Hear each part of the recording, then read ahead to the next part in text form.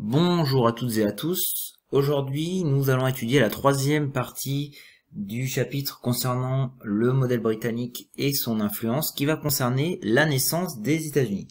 Et plus particulièrement, on va se poser la question, comment les États-Unis vont-ils naître dans la contestation du modèle britannique? Donc pour commencer, nous allons faire un petit point de contextualisation. Donc il faut savoir que au XVIIe siècle, l'Angleterre s'est constituée un empire colonial très important, notamment avec des terres, notamment comme vous pouvez le voir dans les Antilles, sur la côte est de l'Amérique du Nord, ainsi que sur la côte de l'Inde.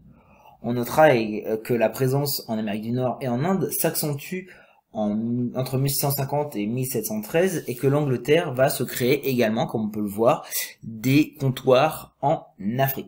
Il faut surtout mettre en avant le fait que cet empire colonial va permettre au commerce britannique de se développer très rapidement, surtout à partir de 1170, et va notamment permettre aux Anglais de développer toute une économie autour des produits tropicaux venant justement de ces différents territoires.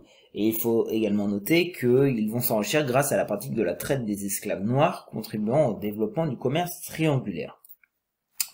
Ainsi, pour finir cette contextualisation, cet empire a enrichi l'Angleterre, va l'imposer comme la première puissance économique mondiale, avec Londres, qui va assurer 3/4 du commerce extérieur de l'Angleterre. Et notamment, Londres va être une ville qui va être un symbole justement de ce commerce, avec des bâtiments aussi importants que la Banque d'Angleterre, la bourse, des sociétés de commerce, les compagnies d'assurance maritime. En fait, on a à peu près toute la population de Londres qui va graviter autour de cette activité commerciale. C'est ce qu'on appelle l'âge d'or des négociants, des armateurs et des financiers. Bref, dans tout cet empire et dans tout ce commerce, il va y avoir une partie, notamment de cet empire, qui va être en Amérique du Nord, comme je l'ai dit tout à l'heure, et qui va notamment être constitué de 13 colonies. Donc, les colons qui habitent en Amérique du Nord, qui sont-ils? Ce sont tout simplement des Européens, pour une partie, qui vont être avant tout des protestants, qui vont avoir quand même une mentalité assez différente, comme on peut le voir dans les témoignages, une mentalité assez différente des Européens, et qui vont être accompagnés d'esclaves noirs, comme on peut le voir sur le tableau du document numéro 2. Ce que je peux rajouter, c'est qu'également, il faut se dire que ces colons anglais vont être constitués selon en fait le modèle britannique, c'est-à-dire qu'ils vont avoir une assemblée élue qui va notamment décider de l'impôt. Bref, ces colonies vont subir indirectement un événement très important qui va être la guerre de 7 ans. Alors qu'est-ce que c'est la guerre de 7 ans? C'est un conflit qui va commencer en 1756, qui va pouvoir être qualifié de première guerre mondiale, et qui va tout simplement mêler différents acteurs par le jeu des alliances, et notamment le royaume de France, l'archiduché d'Autriche, leur empire colonial, ainsi que quelques alliés, contre le royaume britannique, le royaume de Prusse, leur empire colonial, ainsi que leurs alliés. Bref, je vais pas rentrer dans le détail de cette guerre, mais ce qu'on peut dire, c'est que tout simplement, on va avoir les 4 coins de la planète qui vont être touchés par cette guerre, et au final, ce sont les Britanniques qui vont gagner. Cependant, cette victoire, on peut la qualifier de victoire relative, car à la fin de cette guerre, les caisses britanniques sont vides, et le pays doit trouver des millions de livres. Et donc, la solution la plus facile, je veux dire, qui va être trouvée par les Britanniques, c'est tout simplement de faire voter de nouveaux impôts sur les colonies. Et donc, comme on peut le voir là sur le tableau numéro 5, on va voir que des nouvelles taxes vont être imposées sur le sucre en 1764, sur la création également d'un timbre fiscal en 1765.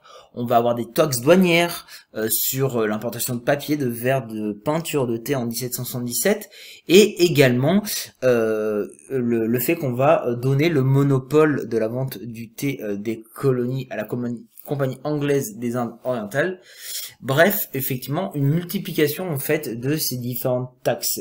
Et finalement, en fait, cela va être très mal pris par les Britanniques, qui ne vont pas hésiter à se révolter, notamment par rapport au fait qu'ils estimaient que ces taxes étaient illégales, car ils n'étaient pas représentés au Parlement britannique, ce qui va à l'encontre des principes défendus par l'Angleterre.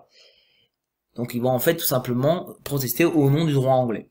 Donc l'une des révoltes les plus connues, c'est la Boston Tea Party, qui à la suite justement de la taxe sur le thé, en fait tout simplement vous allez avoir des colons de la ville de Boston déguisés en indiens détruire la cargaison de thé arrivée par bateau au port le 16 décembre 1773.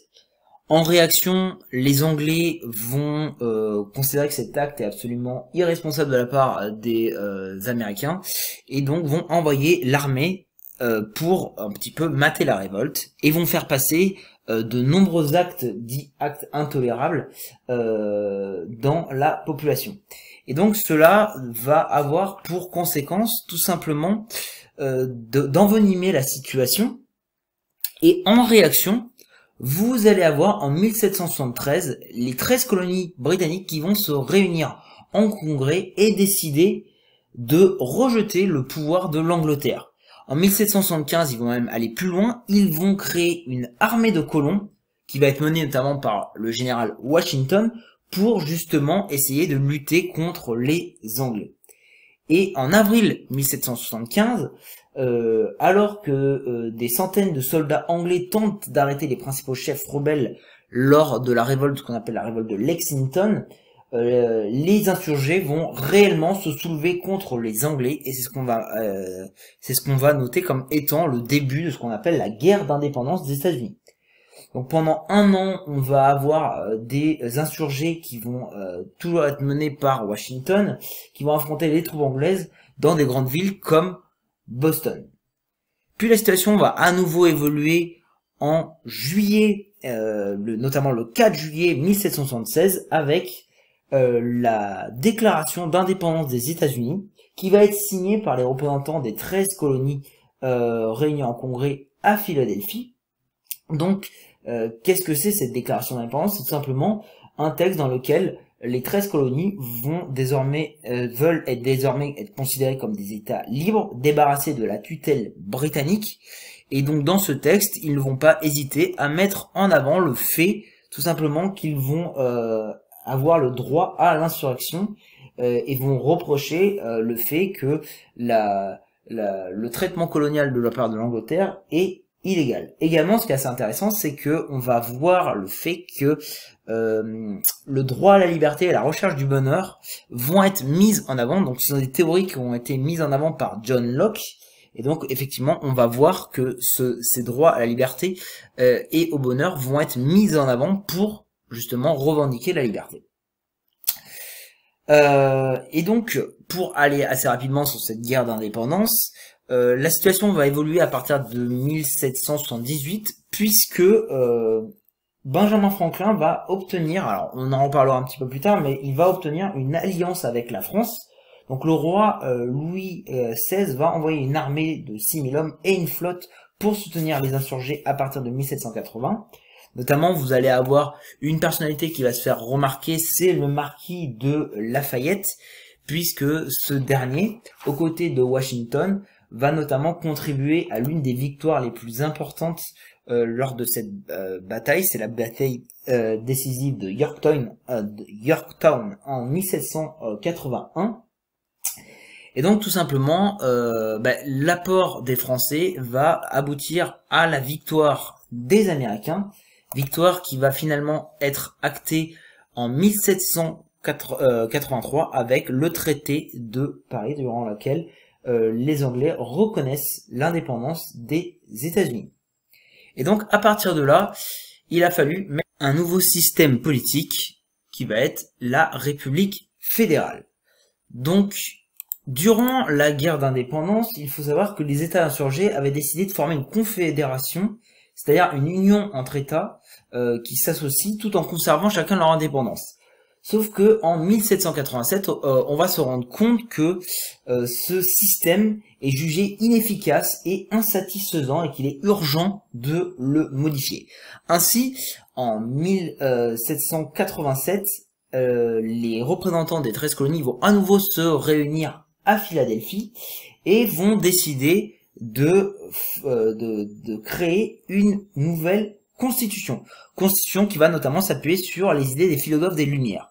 Donc après de longues négociations, il va être décidé le fait qu'on va créer une sorte de système qui va être un équilibre entre les États qui vont vouloir conserver leur autonomie et l'État fédéral qui doit être puissant. C'est ce qu'on va appeler notamment le fédéralisme ou également la République fédérale. C'est-à-dire que le gouvernement central va gérer des affaires communes comme la défense, la monnaie, le commerce. Et à côté de ça, vous avez chaque État qui va conserver tout simplement toutes les autres formes de souveraineté comme l'éducation, la police. Donc, si on se concentre sur le gouvernement, enfin sur l'État fédéral, en fait, on peut voir qu'il va y avoir une séparation des pouvoirs. Donc, le pouvoir législatif, notamment, va être détenu par le Congrès qui va être composé à la fois de la Chambre des représentants qui vont être élus au suffrage censitaire et également du Sénat qui va être chargé de représenter chaque État. Et donc ce Congrès va notamment voter les lois et le budget. À côté de ça, le pouvoir exécutif va être détenu par le président qui, lui, va être élu par des représentants élus de chaque État, ce qu'on appelle les grands électeurs. Et donc, effectivement, il va y avoir une concentration du pouvoir exécutif sur le président. Et à côté de ça, le pouvoir judiciaire, notamment, va être détenu par la Cour suprême, qui, tout simplement, est l'institution la plus importante au niveau du pouvoir judiciaire. Et donc, qui est chargé de faire respecter la Constitution. Donc ce système va se mettre en place et notamment la première personne qui va être nommée président est George Washington, donc cet l'ancien général qui a mené notamment les insurgés. Donc Washington, qui c'est tout simplement un riche propriétaire terrien de Virginie. Et donc ce dernier va tout simplement être élu à l'unanimité par les représentants et les sénateurs, et donc une fois qu'il va être élu, il va mettre en place sa politique qui va être menée par le fait qu'il va refuser d'opposer son droit de veto lors des lois votées par le Congrès. Il va également vouloir que la Chambre des représentants ne vienne pas se mêler notamment de la signature des traités. Il va vouloir également préserver l'union qui est essentielle à ses yeux. Donc du coup, il va notamment véritablement tout faire pour bien mettre en avant en fait cette constitution. Également, chose assez intéressante, c'est le fait que Washington ne va pas vouloir prendre parti dans les rivalités qui va notamment toucher l'Europe. Donc en gros, ce qui va être tout simplement les bases du principe isolationniste des États-Unis. Également, la ville de Washington va en fait porter son nom et va devenir la capitale de l'État fédéral. Ce qu'on peut mettre également, c'est qu'en 1794, il va signer le traité de Londres qui va pacifier les relations avec l'Angleterre et renouer les relations commerciales. Enfin, on peut parler du fait qu'il va être à l'origine des 10 premiers amendements, c'est-à-dire des modifications de la Constitution qui vont notamment garantir les libertés fondamentales aux Américains, telles que la liberté d'expression, de réunion et de presse, ainsi que garantir notamment l'équité judiciaire et l'arbitraire. Ce modèle va avoir toutefois des imperfections, mais également va avoir des répercussions en Europe. Donc déjà, qu'est-ce qu'on peut dire, c'est que ce modèle va être assez limité puisque du fait qu'on ait un suffrage censitaire, c'est-à-dire que les citoyens nord-américains blancs ne peuvent pas voter. Donc on ne peut pas parler de démocratie complète. De même, les femmes qui sont jugées inférieures aux hommes sur plusieurs points n'ont pas de droit de vote, n'ont très peu de droits juridiques et notamment ont l'interdiction à l'accès à l'éducation. Également, on peut parler du fait que l'esclavage existe encore dans le sud des États-Unis, notamment dans les plantations de coton, et donc ces esclaves sont considérés également comme inférieurs au reste de la population. Également, on peut parler du cas des Amérindiens qui, eux, tout simplement vont être chassés de leur territoire et vont être également chassés de leurs droits, à l'image des Cherokees. Malgré la mise en place d'un système qui est très clairement inégalitaire, cette révolution américaine va avoir des échos très rapidement en Europe. Tout d'abord, on peut évoquer le fait qu'il va y avoir une rébellion en Irlande, notamment la population rêve de chasser les Anglais, notamment en 1798. On peut évoquer le fait qu'il va y avoir une rébellion des patriotes aux Pays-Bas. Alors qu'est-ce que c'est? C'est simplement un mouvement populaire de 1780 à 1787 qui va tout simplement reprendre une partie des revendications des Américains. Ou encore, on peut évoquer le mouvement révolutionnaire qui va toucher l'une des colonies, c'est-à-dire la colonie de Saint-Domingue, en 1801, qui va aboutir notamment à la création d'Haïti. Mais également, ce qui nous intéresse, c'est l'écho de cette révolution en France. Donc, en France, très vite, il va y avoir une image très positive de cette révolution. Donc la révolution américaine, elle est vue comme l'application des principes des Lumières, et donc l'enthousiasme va être très très fort vis-à-vis de cette révolution. Notamment, l'un des exemples les plus connus, c'est le fait que Benjamin Franklin, durant la guerre d'indépendance, en tant qu'ambassadeur des États-Unis, va aller demander de l'aide à la cour de Louis XVI, et il va être accueilli un petit peu comme un héros, comme une superstar, notamment car il met en avant les valeurs des Lumières. Effectivement, vous allez avoir le milieu des savants qui vont être très sensibles à son discours, les milieux philosophiques, vous allez avoir également toute la cour royale qui va être sensible notamment à son discours contre les Anglais. Bref, effectivement, il va jouir d'une excellente réputation. Et notamment, il va être considéré de tous, à l'image notamment de quelqu'un comme Voltaire. Et donc, ce qu'on peut mettre également, donc en plus du fait que quelqu'un comme Benjamin Franklin va avoir une reconnaissance de toute la cour du roi de France, c'est notamment le fait que Louis XVI, comme je l'ai expliqué tout à l'heure, va intervenir directement durant la guerre d'indépendance, un peu comme une sorte de vengeance de la guerre de 7 ans qu'il a perdue contre les Anglais.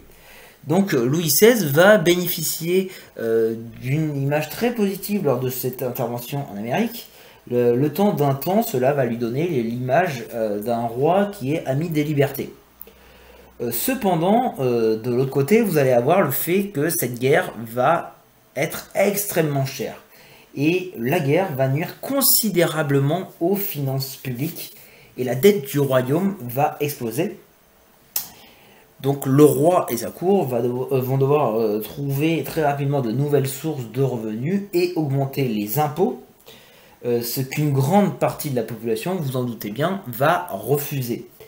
Et donc la situation va tellement être ingérable qu'en 1788, pour la première fois depuis à peu près 170 ans, Louis XVI va devoir convoquer les États généraux, c'est-à-dire la réunion des représentants des 3 ordres de la société. Et donc, ces États généraux sont restés célèbres dans l'histoire, puisqu'ils vont être ceux qui vont amener à la Révolution française. Donc, je vous remercie d'avoir suivi ce cours.